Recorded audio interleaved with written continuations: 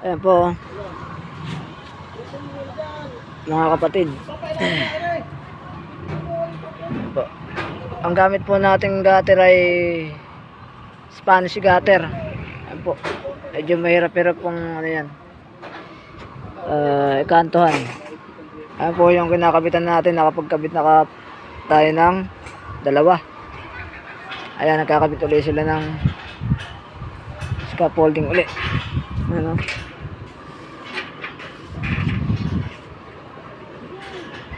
Medyo hindi tayo nakakatakot dito ngayon. Kasi may bubong eh. Hindi nakikita yung baba. Ayan. Ayan, maambun ho. Ayan. Ayan, kinakabitan natin. Second floor.